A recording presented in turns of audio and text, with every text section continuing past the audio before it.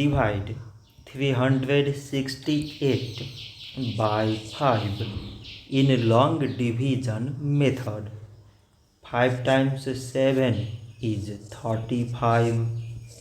On subtracting, we get 1. So now we put down this 8 and it is 18. 5 times 3 is 15. On subtracting, we get 3. So now we have no any other number to put it down. So we take here decimal, so that we put 0. So it is 30 and 5 times 6 is 30. On subtracting, we get 0.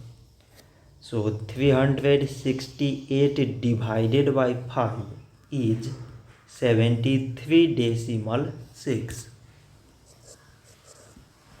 So this much for today, and thanks for watching.